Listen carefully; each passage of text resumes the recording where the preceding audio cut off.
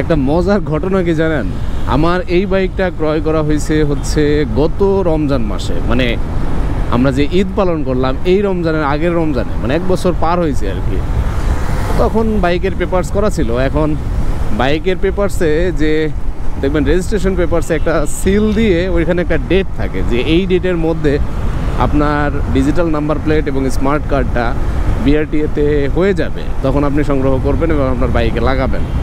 আমার বাইকে এখন স্মার্ট কার্ড লাগানো নাই, তো বলতে পারেন যে সময় সাপেক্ষ প্লাস বিআরটিএ যাওয়ার যে সময়ের ব্যাপার সেবার সব কিছু মিলাই আমার হয়ে ওঠে না। কিন্তু ওই যে ডেট একটা থাকে, ওই ডেটের কথা আমার মনে ছিল না।